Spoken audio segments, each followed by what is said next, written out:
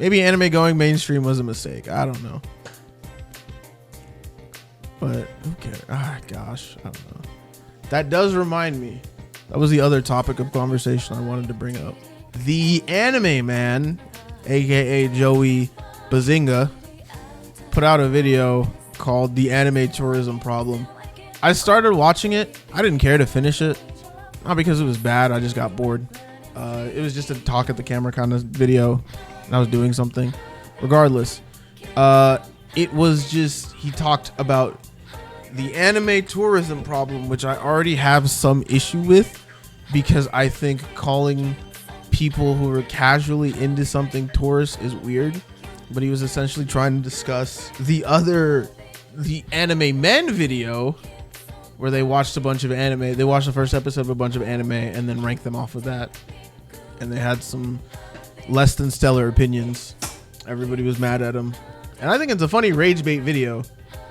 Like, the idea itself is hilarious, because you're just like, who had the strongest first episode?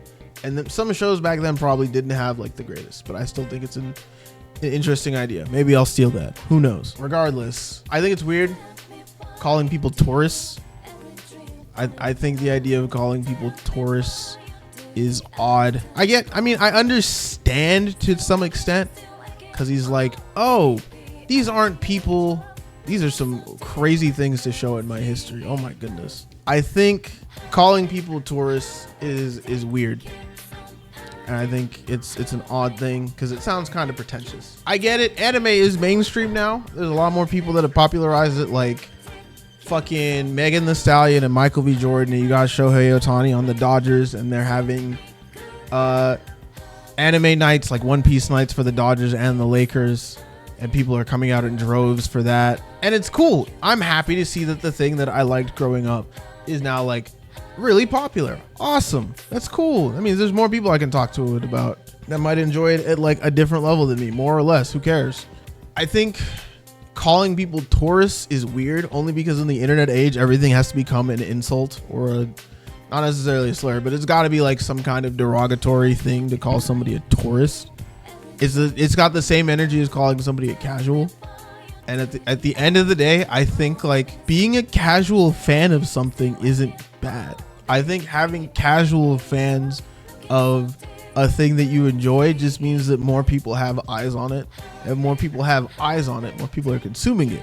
If more people are consuming it, it's more popular. If it's more popular, that means it'll get more attention, possibly even more money, which means you'll get more of the thing that you love in the future. That's how the economy works. That's how the entertainment industry works. You get eyes on a thing, you get attention on a thing, you get more of thing. That's why, for better or for worse, you get sequels to movies that weren't great, because enough people watched it the first time that they're like, yeah, let's give it another go. Let's make a second one. He does bring up that same point that I'm making, that, you know, you need tourists, you need casual enjoyers, you need them to come in and be like, oh, this thing is kind of cool. I don't really care for like the behind the scenes or like the metatextual narrative or the subtext. I like the cool explosion or the pretty art or the big titty anime woman. Whatever you're here for, you watch the thing more, and you told somebody else to watch the thing, and now it's getting more attention. That's awesome. Just don't call them. I'm not even like trying to be like, oh, watch the way you speak to these people, they're sensitive. No, fuck these people on the internet. People on the internet are bitches. A lot of people on the internet are dickheads.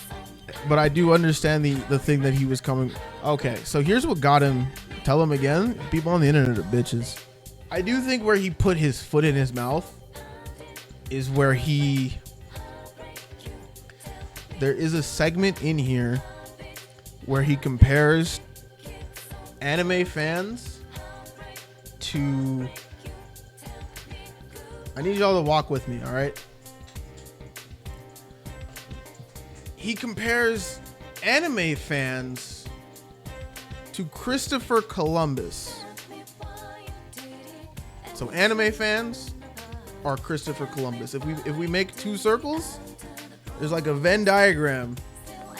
We got a little Venn diagram right there. You see right in the middle, that's where anime fans and Christopher Columbus intersect. That's enough.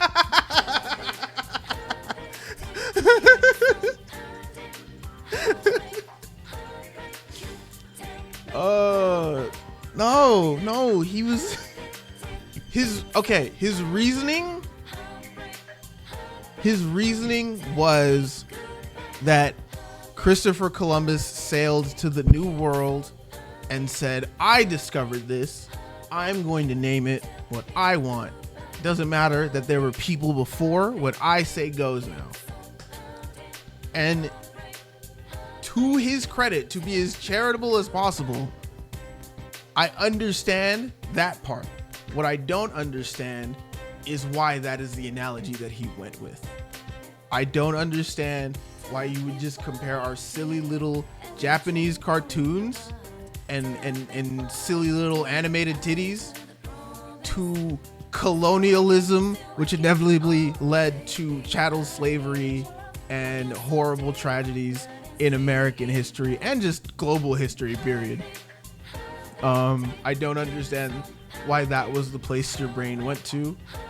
Bit of an odd take to compare our silly little cartoons to Christopher Columbus is very extreme.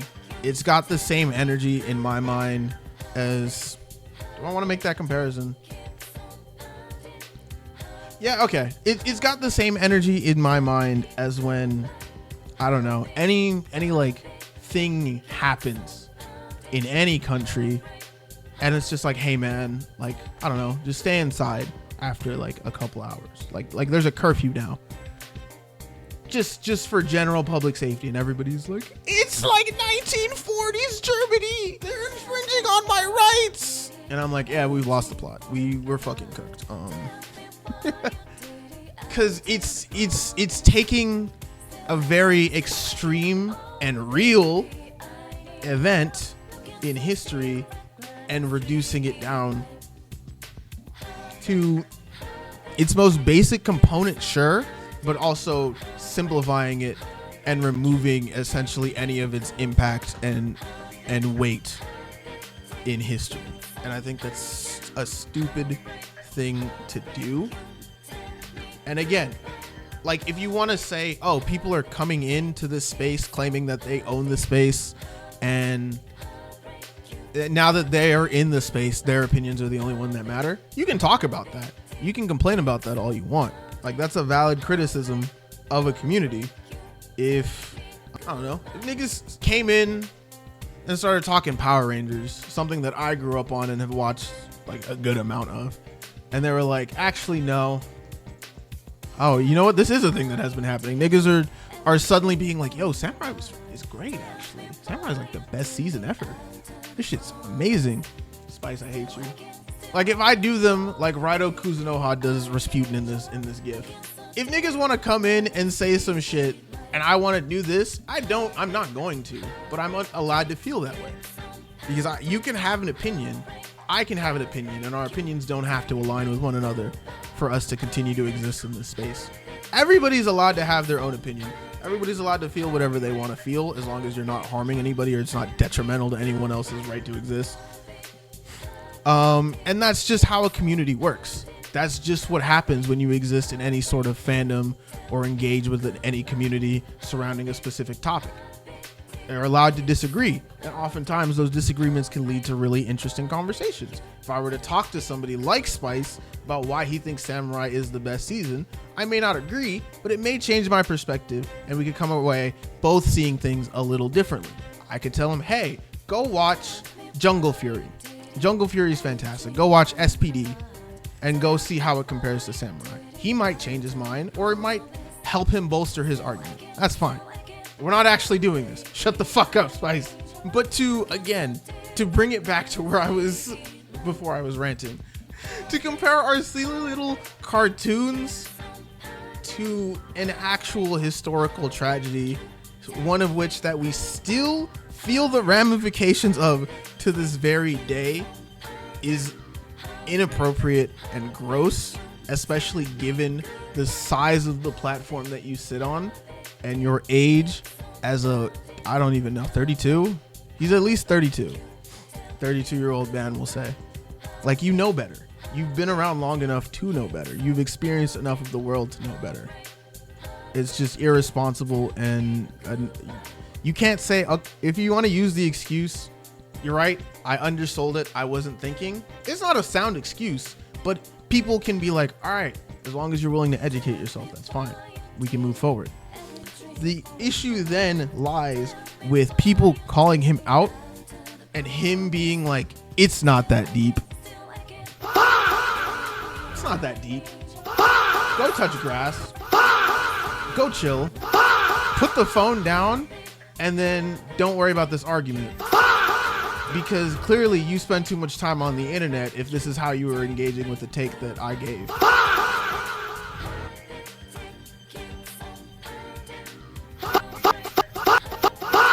That's so fucking stupid.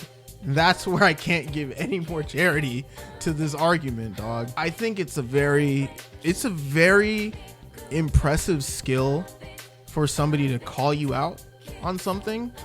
It is a thing that you do have to learn, in my opinion. Not everyone takes criticism well, but I think for you to get called out on something, especially on the internet where people may present good points in the worst possible fashion, for you to be able to extract some kind of value or actual criticism from it is a commendable skill.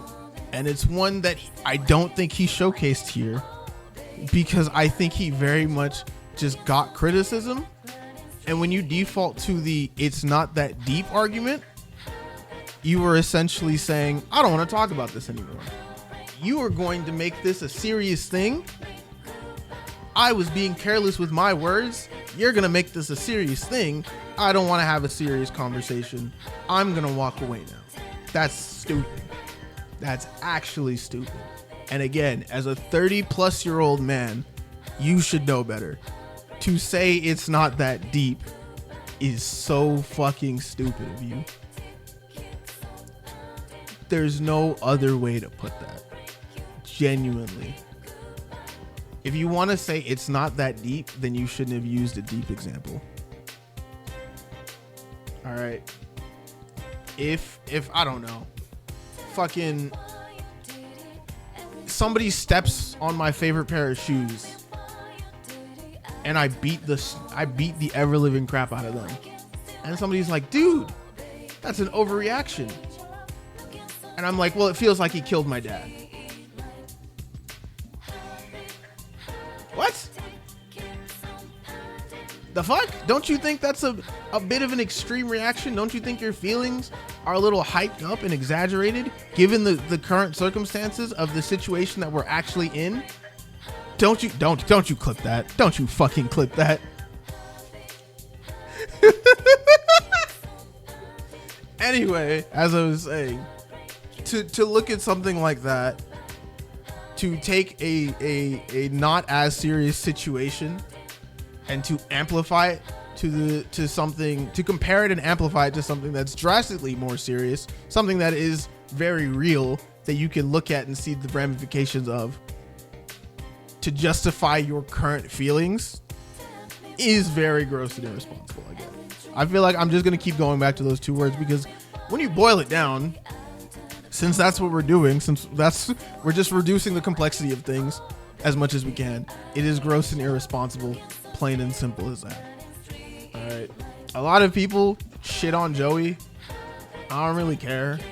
Like, I don't watch a whole lot of Trash Taste anymore unless they have a guest that I think is really interesting. A lot of people have shat on Joey because he has some bad takes. Everybody has bad takes, some more than others. I think this is the one time where I'm like, no, you're actually just, you actually did just fuck up with this one. Not me.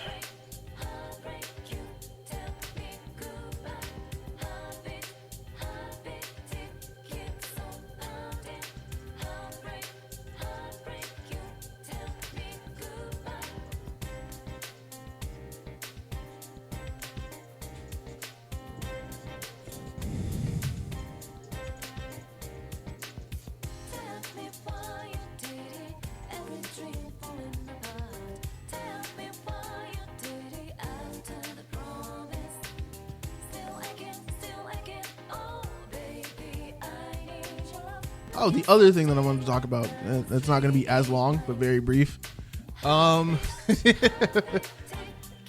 They also had a podcast episode on Trash Taste with noted political commentator and gigantic weeb Hassan Abai. And I think it's really funny. This is the exact episode, actually. They weren't really talking anime before, but as soon as he gets there, he's talking Dragon Ball, all the shit that he watched. Yes, the One Piece thing, exactly. One Piece is highly political, and they had a very interesting take. Let me pull this up. This is something that we can watch this real quick. This is only a minute. Luffy is a terrorist. He is. I hate that. You're kind of right. He is a freedom fighter in the most honorable sense of the word. Quite literally fighting against an unjustifiable, corrupt military apparatus that is holding the entire world hostage and the Navy. He's literally killing cops. He's killing sea cops. And they're like, no, that's not politics. What do you mean? That's just gum man having fun. Luffy is... And the first time I watched it, I took it at face value. I was like, haha, it is kind of funny. You can yuck it up all you want. It does, look, to the average person, it sounds funny to be no, funny gum man who is stretchy and has cartoony physics powers is actually a terrorist. By definition, he is a terrorist. Nothing, no ifs, ands, or buts. He is by definition a terrorist. He is an active enemy of the world government. By the way, it's called the world government. He is an active opposition of them and committing not political assassinations, but he is doing battle against whatever local government he gets to of an island and liberating its people and tearing down the establishment. You could be like, oh no, he's taking out a dictator. I'm like, that's... So you admit that it was a dictator? Okay. You can't look at One Piece and be like there's no political themes is to look at a herd of cattle, a herd of fattened cattle, and be like there's not a single steak in there. I'm looking at all these cows right here. I can't figure out how to turn a single one to a steak. There's just nothing there for me. I don't know why I keep going back to food. I think I'm stuck on McDonald's. I haven't had McDonald's in a long time because reasons. But regardless, it is not even subtle. It's never been subtle. There's a reason that you see One Piece flags being flown in Nepal as they tear down their government and reestablish a new democracy with much younger leaders who are less corrupt. You don't get this many protests with people flying One Piece flags unless it is political. Come on. There was also a version of it in Palestine, I believe. Or not in Palestine, sorry. At a pro-Palestine rally, I believe. Where people were protesting, marching down the street and waving the One Piece flag. I was like, shit. There's a reason, you don't just get an image. You don't just have images of people flying this flag for nothing. You don't just bring it to a political movement or moment in history and be like, I just thought it was cool. Because if it was, you'd catch me with my Gurren Lagann flag. I think if somebody says something is not political, you're dumb. I think anytime somebody calls something non-political, it's you just being foolish. It's the same as it's not that deep. I don't fully I'm not going to deny that all art is political, but I don't fully understand that take. But I'm not going to flat out deny it just because I can't fully wrap my head around it. I do think there's some truth to it. I think any piece of art that you put out says something about your idea of politics and what you think about the world. Shit, even my goofy YouTube thumbnail has a Black Lives Matter fist and a Confederate flag. And Jin wearing a fucking kufi. Light-skinned Jin. Light-skinned Hotep Jin wearing a kufi in front of a BLM fist and a Confederate flag. If I looked you in your face and said none of this is political, you're exaggerating, you would have every right to call me a fucking idiot and slap me in the face. You would have every right to just steal my fucking crops. What the hell? Ooh, how have you not seen this? This is on my YouTube channel. This is like my second most popular video. Third most popular. Yeah.